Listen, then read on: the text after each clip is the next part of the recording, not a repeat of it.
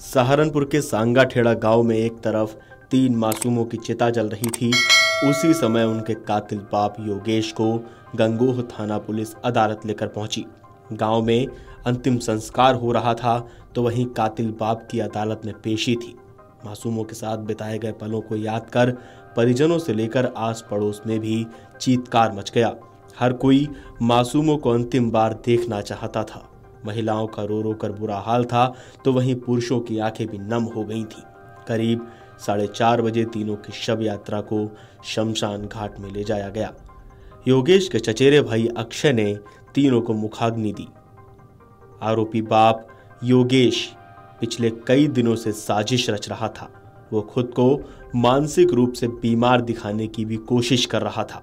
ग्रामीणों को बताया था कि वो सहारनपुर में किसी डॉक्टर के पास भी गया। जब उससे डॉक्टर का नाम पूछा गया तो वो इधर उधर की बातें करने लगा और इधर उधर देखने लगा। इस जघन्य हत्याकांड के बाद जो बातें सामने आ रही हैं उससे साफ लग रहा है कि आरोपी योगेश पिछले कई दिनों से साजिश कर रहा था।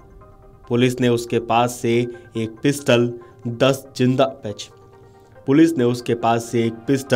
10 जिंदा कारतूस और 4 खोखे और 1 कारतूस नाल में फंसा हुआ बरामद किया। सवाल यह है कि योगेश के पास लाइसेंसी पिस्टल थी, लेकिन इतनी संख्या में कारतूस क्यों रखे हुए थे? बताया जा रहा है कि कुछ दिन पहले ही उसने कारतूस खरीदे थे। आसपास के लोगों के सामने भी खुद को इस तरह दर्शाता था जैसे मानसिक रूप से बीमार हो, उसके साथ अन्याय हो रहा हो। ग्रामीणों की माने तो कुछ दिन पहले सहारनपुर में एक मानसिक रोग विशेषज्ञ के पास भी गया था। हालांकि जब उससे पर्चा मांगा गया तो वो नहीं दिखा सका, यहां तक कि डॉक्टर का नाम और पता भी नहीं बता पाया। इन सभी तथ्यों को जोड़कर देखा जाए तो उसकी साजिश सामने आ रही है। नेहा की बहन रश्मि और रीना ने बताया कि योगेश बीते 3 महीनों से नेहा को लगातार प्रताड़ित कर रहा था। वो नेहा पर झूठे और अनर्गल आरोप लगाकर उसे मानसिक रूप से तोड़ने की कोशिश कर रहा था। नेहा निर्दोष है। योगेश को इस निर्दयता की सख्त से सख्त सजा मिलनी चाहिए। वहीं नेहा की मां बालेश ने कहा कि योगेश को जितना जल्दी हो सके फांसी पर लटका दिया जाना चाहिए या फिर इन बच्चों की तरह ही कनपटी पर पिस्तल लगाकर गोली मार दी जाए। तब इसे दर्द का एहसास होगा और बच्चों की आत्मा को शांति मिलेगी। वहीं जानकारी ये भी मिली है कि आरोपी घटना से करीब 1.5 घंटे पहले ही बच्चों को स्कूल से लाया था। श्रद्धा और दोनों भाई गांव के ही एक निजी स्कूल में पढ़ते थे। घटना से करीब 1.5 घंटे पहले ही हत्यारोपी पिता बच्चों को स्कूल से लाया था। इनका 2 दिन बाद ही परीक्षा परिणाम यानी रिजल्ट आना था। उन्हें मालूम नहीं था कि वो अपने परीक्षा परिणाम नहीं देख पाएंगे। सांगाठेड़ा में जब योगेश ने पहली बार गोली चलाई तो बराबर के कमरे में रहने वाले उसके चचेरे भाई अक्षय को अनहोनी का एहसास हुआ। दरवाजा बंद देखकर वो छत के रास्ते से घर में घुसने की कोशिश करने लगा।